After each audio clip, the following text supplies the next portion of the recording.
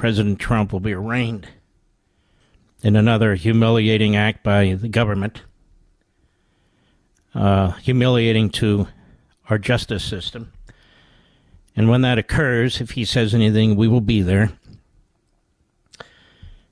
You've heard a lot of people go on and on and on about the debate last night. Rush Limbaugh used to say to me, but they haven't heard from you yet, Mark. So other than a few points on the internet, let me give you my opinions. It's not very complicated. I completely write off anybody who does not understand the nature of the enemy that we're facing. And it's not Donald Trump. Asa Hutchinson, to me, sounded like the kind of bureaucrats I used to have to listen to at the Department of Justice. He did not agree that the military should be used on the border except for processing paper. That's not what we need right now. That's not going to work. He's a throwback. We have 5 million, some say 6 million illegal aliens who poured into this country. Something has to change. Christie, honestly, did better than I thought. He wasn't as bad as I thought. And I'll get to Mike Pence in a minute because I think Mike Pence took the role of Christie for the most part. But I'll get to this. Christie really has no reason to be there. He doesn't have much of an agenda. He hasn't thought about it very much. I think he viewed it as a, perhaps, sort of a student debating society. I just don't see any lane for him. I don't see any reason for him. The governor of Burgum from North Dakota seems like a perfectly fine man. I think he'd be a great Secretary of Energy, maybe Secretary of Commerce. I do like his federalism approach for the most part. But again, I'm not sure why he's there. That's 3 out of the 8. Now let's get to the tough part. Start with Nikki Haley. I think she presented herself very well. But something huge was missing. Massively huge. Whether you like her or not, or agree with her or not. She almost didn't talk about her 8-year record at all as governor. She mentioned school choice, I think. I didn't hear anything else. She attacked the spending at the federal level. What did she do with spending at the state level? Did taxes go up? Did spending go up? I have no idea. Nor do I have the interest to even Google it and look it up. But she certainly wasn't running on her 8-year record at all. Which tells me it was milquetoast. Because if she had a great record as governor, she would have talked about it. At least a little more than she did. Which was almost not at all. But I don't know exactly what she brings to the table in terms of a presidential run. I do understand that she's a woman. She reminded us of that repeatedly. And I do take offense when people say, you know, when you want to hear people talk, you pick a man. When you want action, you pick a woman. Really? What about Nancy Pelosi? Last time I checked, and I've never checked, but checked at least reportedly, she's a woman. Kamala Harris is a woman. The governor of Michigan is a woman. So these bromides, these stereotypes, I'm just not into it.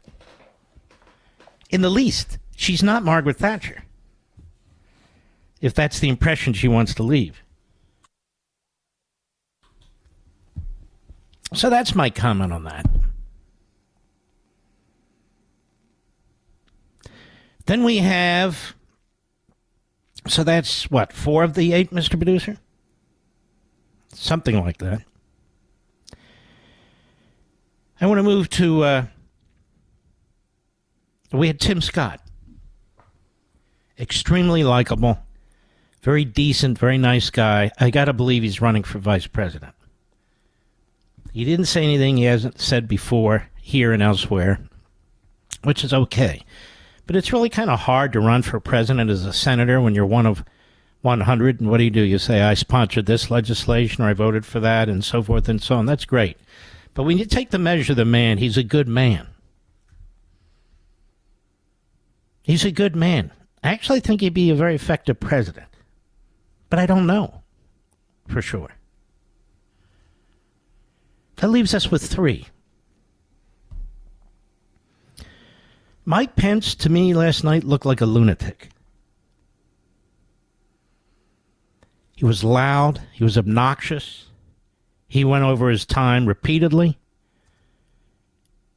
Was absolutely disrespectful. I think he did a better Chris Christie than Chris Christie did Chris Christie. It's a man I've known for decades. I've never seen anything like this. And then I don't agree with the question. We're all supposed to pay homage to Mike Pence as the president of the Senate.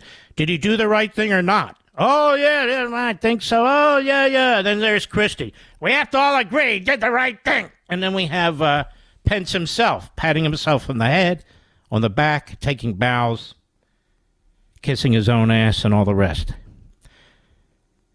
It's amazing to me. Not one person on that stage. Well, they all didn't have a chance, quite frankly. Raise your hand. Who needs to go to the restroom? I do agree that was ridiculous. But still, I thought the moderators were terrific under the circumstances, particularly those who kept interrupting, especially Pence. And by the way, afterwards, Pence whines that he doesn't get enough time, that the major subjects weren't discussed. I mean, he was the subject of like 10 minutes of it. I saw a side of him that I feel really is repugnant. The other thing, he kept taking credit for things that Trump had done. You know, in the Trump-Pence administration, you know what the vice president does? Nothing. They sit there and wait for the president to die or resign so they can fill the slot. That's it. They have almost no constitutional duty except to be the president of the Senate. There's not another duty. None.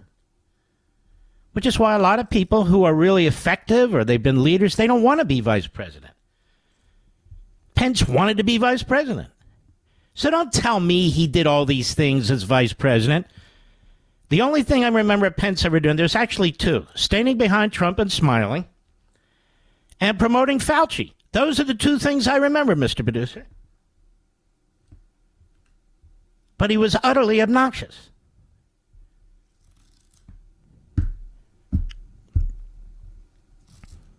So that, to me, is a huge negative. And you can see all the never-Trumpers and the Democrats, they keep praising him, of course. He's the January 6th candidate. And I would say this to Mike Pence now. You say you upheld the Constitution? Maybe you did, maybe you didn't. Please cite to me the exact verbiage in the Constitution. Show us where it is. You claim to be an originalist and a textualist. That says what the powers of the vice president, that is the president of the Senate, what are the powers, actually, that he has or doesn't have when the electoral votes are being counted? The Constitution says nothing. Not a word. Now, you may have done the right thing, but don't tell us that you were upholding the Constitution. You weren't upholding anything. And as I recall, you fought like hell. You didn't want to get in front of that grand jury that was investigating January 6th. And then executive privilege is denied President Trump. Then you go, you make your statements. Then afterwards, when the indictment is released and your statements are quoted, now, my God, look, he's the Hulk. I'm the one that stood up for democracy. I'm the one that saved it. Shut up and sit down, will you? But even that didn't matter to me that much. And we're down to 2. Vivek and DeSantis. I don't trust Vivek. Why don't I trust Vivek? So many people, particularly my brothers and sisters at Fox, they're really swayed by him.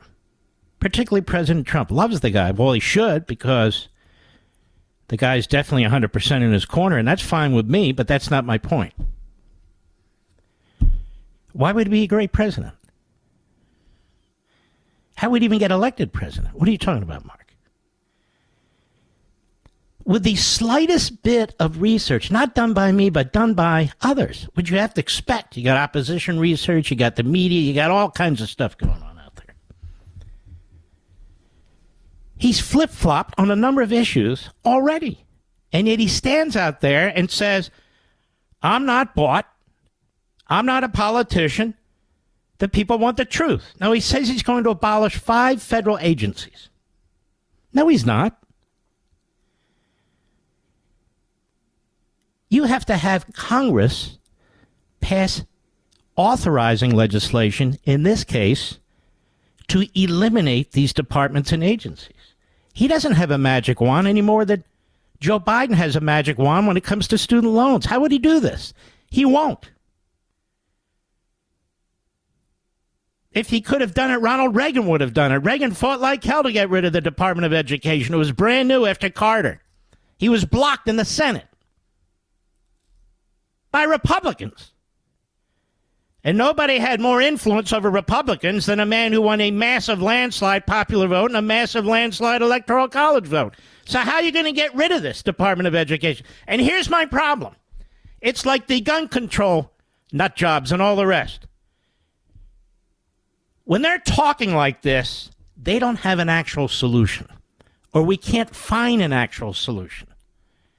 When you're waving stuff in front of people that either you know cannot be accomplished or should know cannot be accomplished, I'm going to abolish the Department of Education.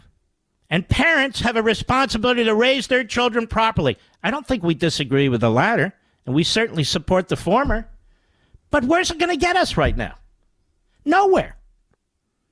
So I asked myself, has Mr. Revolution, he said we got to lead a revolution. When did he come to this revolution? I challenge you, go online yourself. Go wherever you want. Who is he? Go back 3 years, 4 years, 5 years. How about in Virginia when the parental rights group started and burst onto the scene? Did he participate? Was he involved in it? Has he gone to parental groups so far? Has he said, we need to lead a revolution, I need you to be part of it? Has he gone to the Tea Party groups that are still there fighting? He said, we need a revolution, I want to work with you. We got to fight it. Has he gone to pro-life groups and said, look, we need a revolution? This is the grassroots. It's not Washington. They're not all on the take. We're talking about millions of citizens who have already become activists. You've got to embrace them. You've got to figure out how to expand that base of activists. It's the bottom up. It's the grassroots. As much as I love it, it's not showing up on cable and Fox or even CNN or going to Kensington, Philadelphia, or the east side of Chicago. I'm all for that, too. But that's not where your revolution is going to be led. Your revolution has to be led by people who are serious about saving the country.